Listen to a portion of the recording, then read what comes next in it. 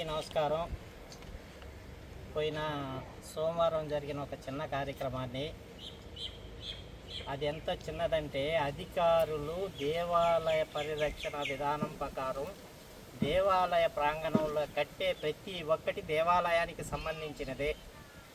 చెత్త పైన గవర్నమెంట్ ఎంత సీరియస్గా తీసుకుంటుందో ఆ విధానాన్ని ఇక్కడ పనిచేస్తున్న అధికారులు స్టాఫ్ పని చేయని విధంగా ఇద్దరు, ఒక వాచ్మ్యాను ఒక స్లీపర్ చేత పని చేయించుకోలేని అధికారులు ఇక్కడ ఉన్నారంటే ఇది దేవాలయానికి అవమానమా, దేవాలయానికి ఇక్కడున్న గ్రామానికి అవమానమా?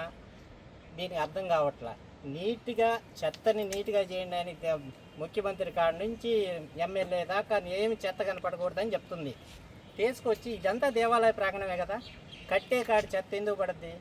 ఆదివారం దేవాలయానికి వస్తారు జనాభా, వచ్చిన జనాభాకి చెత్త పడుతుందని తెలిస్తే 3 గంటల నుంచి స్టార్ట్ చేస్తే సాయంకాలం 6కు అవుద్ది, లేదా ఉదయం 7 గంటల కల్లా పని చేయించుకునేదానికి ఆయన రెడీ అయిపోద్ది, శుద్ధం చేసుకోవచ్చు. 9 గంటలకి ఆయన చెప్పాను అని చెప్తున్నాడు. 1కి 3 సార్లు చెప్పాను. ఆడికి వచ్చి చెప్పిన తర్వాత ఏం సీసీ కెమెరా దగ్గర నిరసన కోసం ఈవో ఆఫీస్ ముందు వేసాడు. ఓకే, బాగానే ఉంది. దాన్ని ఎందుకు వేసాడు క్లారిటీ. ఒక యూట్యూబ్ ఛానల్ వేసింది చూపించి పదే పదే చేసేదానికంటే కారణం ఏందని తెలుసుకోవాల్సిన బాధ్యత అది దానికి ఉంది కదా. దాన్ని తెలుసుకోకుండా, కారణాలు తెలుసుకోకుండా దీన్ని ఇష్యూని పెద్ద చేసి దేవాలయం కాడ ఆధ్యాత్మిక విధానం ప్రకారం ఇక్కడ పోవాల్సి ఉండే దీన్ని పెద్ద చేసి దేవాలయ ప్రతిష్టను దిగదార్చి ఈ ఒకదాని తర్వాత పార్టీ ప్రెస్ మీట్లు ఇవన్నీ పెట్టి ఇవన్నీ చేయడం. ఇంకొక ఆయన నిన్న తెలుగుదేశం పార్టీ ఏమయ్యా, తెలుగుదేశం పార్టీలో ఒక వ్యక్తి చేసి చిన్న తెలుగుదేశం పార్టీ ఆఫీస్ ఏమన్నా కడుతున్నారాడా? తెలుగుదేశం నాయకుడు చేయడానికి ఆయన ఒక దాతగా కార్యక్రమం చేస్తున్నాడు. ఆ దాత నిరసన తెలిపాడు. దాన్ని పార్టీకి ఎందుకు పూస్తారు? ఇది పార్టీ వ్యవహారమా? గుడి కాడా? ఆయన సొంత వ్యవహారమా? గుడిది కాదా అది? రేపు ఆయన గుడికి ఇచ్చిపోతాడా? ఆయన జోబులో పెట్టుకుపోతాడా? ఈ విషయాన్ని ఎవరికి తెలియదా? ఇక్కడ పెద్ద మనుషులకి, ఇక్కడ వచ్చిన నాయకులు తెలియదా? ఇది ఏ విధంగా మాట్లాడాలో తెలియదా? ప్రెస్ మీట్ పెట్టాలి దానికి. ఈ విషయాలు కొంచెం కూడా అర్థం లేకుండా ఉంటాయా?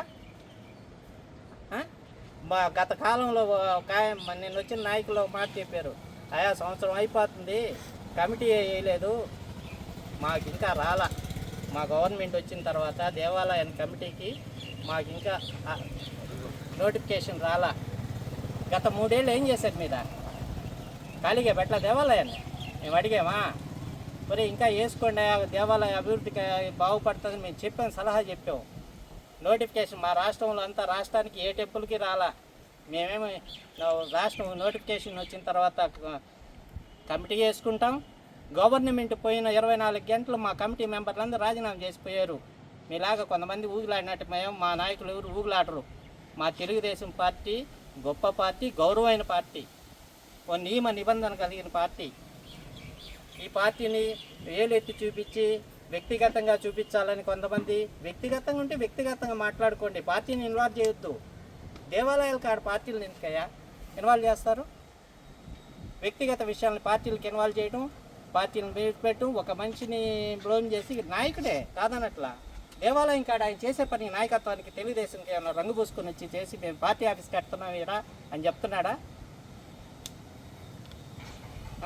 ఈ విషయాన్ని దీన్ని క్షుణ్ణంగా ఖండించాల్సింది పోయి గత సంవత్సరం జరిగిన దానికి ప్రతి కమిటీ లేదు, నాయకులు కారణం అని అంటే సరిపోతుందా? అదే నాయకులు దీన్ని సమర్థించాయా? తప్పు అయితే ఖండించిన వాళ్ళు ఉండరా? తెలుగుదేశంలో సున్నితంగా ఖండించి ఎందుకు జరిగిందని ఆలోచించరా? ఏం జరిగిందో తీసుకొచ్చి, కారణాన్ని తీసుకొచ్చి వర్కర్స్ చేత వాళ్ళ పని, ఏడున్న అధికారుల చేత పని చేయించాల్సిన బాధ్యత ఏడి? అసలు ఈవో ఏడి? ఆ రోజు నుంచి ఈ రోజు దాకా ఈవో ఏడి? నేను వచ్చి అడిగాను, ఏడి ఈవో? ఈ పని చేయని ఈవో ఎందుకు ఈ దేవాలయానికి? పని చేయని ఎంప్లాయీస్ ఎందుకు ఈ దేవాలయానికి? అవసరమా మాకు?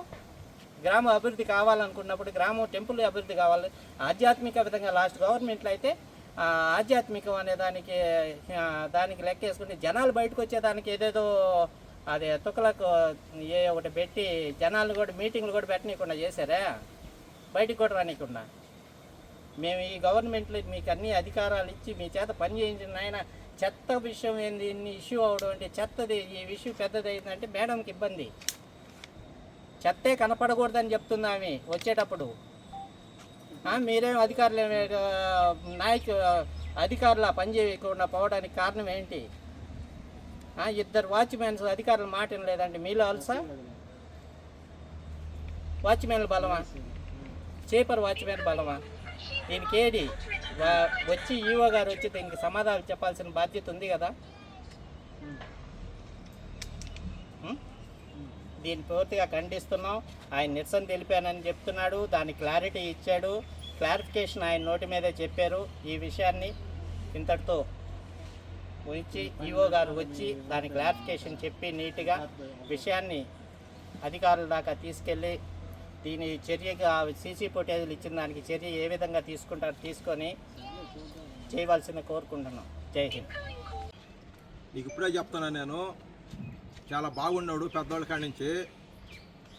నువ్వు వచ్చి నన్ను ఏదేందో గందరగోళం చేసి ఇక్కడ రాజకీయం చేయాలనుకున్నావు.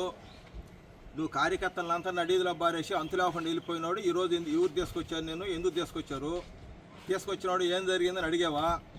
నేను చెత్త పోసి ఎందుకు పోసాను? ఈవో వచ్చి 11 గంటలకు నేను చెత్త పోస్తే అప్పుడు దాకా చిమ్మరా? ఇది దేవస్థానం ఇంకేమన్నా? ఈవో ఏం చేస్తున్నాడా? ఇక్కడ స్టాఫ్ అంతా ఏం చేస్తుందా? దాన్ని తీసుకొచ్చి దేవడం ముందు పోసాను అని చెప్పారంట. పోనీ చెప్పను, దాన్ని ఇంకొకసారి మళ్ళీ రిటర్న్ చూడమని మీరు చూడండి. దేవడం ముందు పోసిందా, ఈవో ముందు పోసిందా? ఈ రూప్ కుమారుడు వచ్చి నిన్న ఇక్కడ వచ్చి రాజకీయం చేసి ఏదో చేయాలన్నాడు. అదేదో కుదరలా, కొంతమంది గ్రామస్తులు వాయించి పంపించారు. నీకు ఇక్కడ పద్ధతిగా ఉండదు.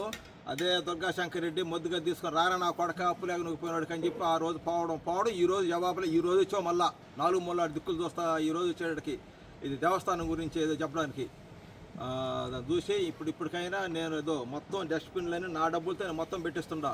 ఇప్పటికైనా దేవస్థానం వాళ్ళే మంచి మనుషు చేసుకొని దేవుడి మీద మా జీతాలు మాకు వస్తా అనుకోకుండా దేవుడి మీద శ్రద్ధ చూపించి ఇప్పటికైనా పని చేయమని నేను కోరుతున్నాను. ఇది కూడా 6 రోజులు చూస్తాం ఈవో గారికి, లేదంటే ఎస్పీ గారు కూర్చొని సీసీ ఫుటేజీలు ఎట్టేస్తారు, ఎవరికి ఇస్తారు. ఇప్పుడు వచ్చిండారు, మీరు కూడా అడండి. నేను ఎంత డబ్బులు పెట్టి కడతానో ఒకసారి అటు తిప్పండి, ఒకసారి అటు తిప్పి చూపిండి ఆ జనాలు కూడాను. వాడు